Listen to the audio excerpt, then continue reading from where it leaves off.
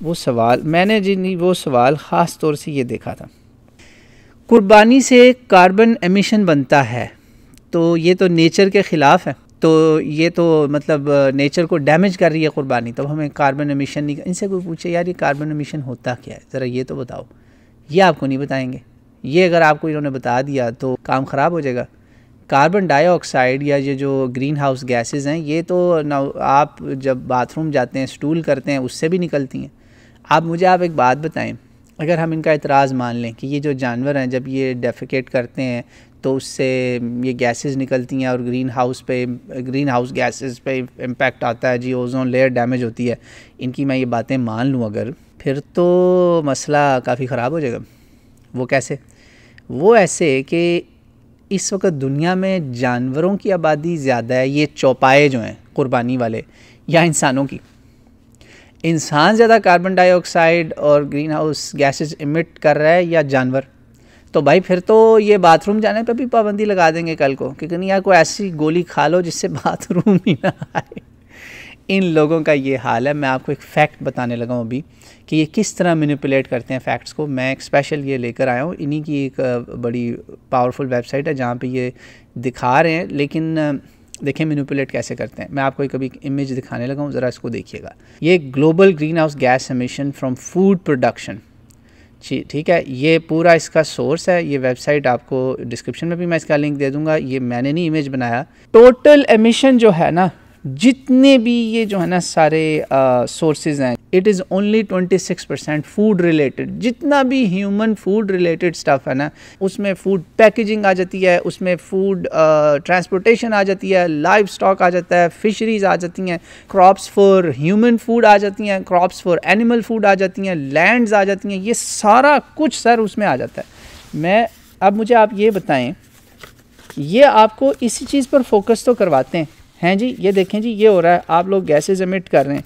आप ज़रा ना नोट करें, इन्होंने क्या किया, 26 को बड़ा करके ना आपको बड़ा सारा वो दिखा दिया, इतना सारा, और उसमें रेड में क्या चीज़ आ रही है, लाइव स्टॉक, एनिमल्स। ओहो हो, लोग देखेंगे ना, लोगों ने कहना जी ये 31% यार, इतना डैमेज कर रहे हो तुम लोग ग्रीन हाउस गैसेज एमिट करवा के इन जानवरों से। ये झूठ है। This is how they manipulate. ये 31% is not of 100%. It is 31% of the 26%. 26% को अगर आप 100 पे ले जाए ना स्केल पे, ये टेक्निकली एक्यूरेट है मगर गेम खेल रहे हैं, उसका 31% आप 100 के स्केल पे आप डाल के देख रहे हैं कि ये 26% को मैं कहता हूँ, अब इसको मैं 100 के स्केल पे रखता हूँ और इसके मैं समझने के लिए देखता हूँ कि इसमें सबसे ज़्यादा किस चीज़ से नुकसान हो रहा है। इसमें भी इन्होंने मैनिपुलेट किया। लाइव स्टॉक में फ़िश फार्म्स भी आते हैं, फ़िश पे कोई नहीं पाबंदी लगाता, फ़िश का कोई नाम नहीं लेता। इनको तकलीफ़ कहाँ आ जाके होती है, वो कुर्बानी के जानवरों पर। अंदाज़ा करें, जो इस पूरी सप्लाई चेन का, फूड सप्लाई चेन का 5% भी नहीं है, 5% भी नहीं है, मैं आपको बता रहा हूँ। And again they missed the elephant in the room, you know they say you missed the elephant. हाथी नहीं आपने देखा, हाथी क्या था, ज़रा इस इमेज के आप दूसरी तरफ देखें ना, वो जो ग्रे में है, आपको क्या नज़र आ रहा है ग्रे में, गौर से देखें। ये ग्रे में सर बहनों भाइयों 74% गैसेज एमिट कौन कर रहा है?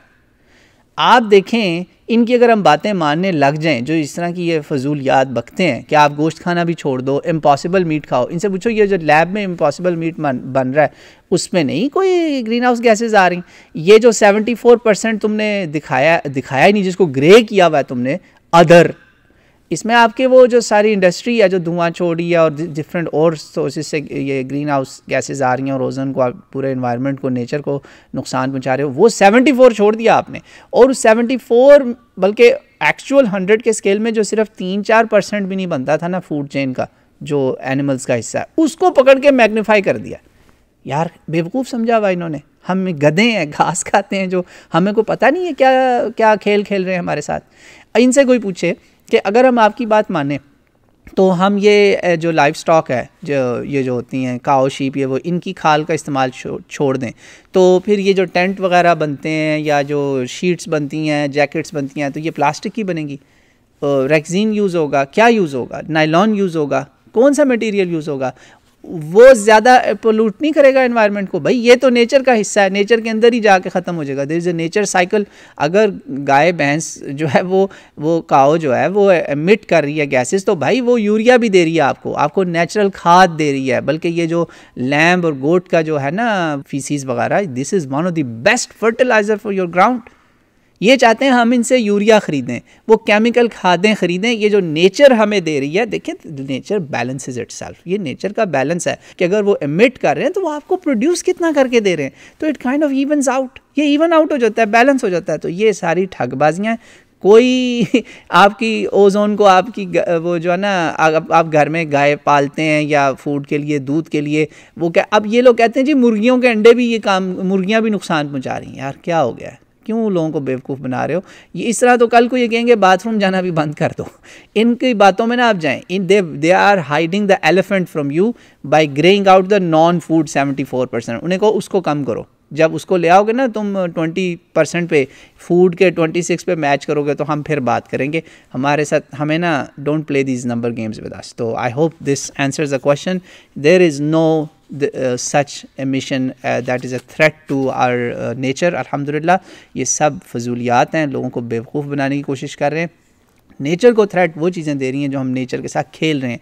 ऐसे तरीके से जेनेटिक मॉडिफिकेशन के साथ जानवरों को की लाइफ को साथ खेलना, सब्जियों के अंदर GMO को लाना, हाइब्रिड सीड्स प्रोड्यूस करना और आर्टिफिशियल फर्टिलाइज़र्स बनाना जिससे आप नेचर को डिफाई कर रहे हैं, वो नुकसानदेह भाई।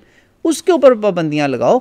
हमारे तुम्हें तकलीफ़ आ जाके जानवर पे ही होती है कि ये जानवर क्यों भाई प्रोड्यूस हो रहा है, ये मीट के लिए या इवन दूध के लिए। आफरीन है भाई। इस पर तो जो अक्लमंद कोई हिंदू, बुद्धिस्ट या जैन बैठे हैं उनको सोचना चाहिए कि ये आप लोगों को कल को अंडे सब्ज़ी खाने से भी, अंडे दूध से भी रोक देंगे। ये वो लोग हैं, अल्लाह इनके शर से हमें बचाए।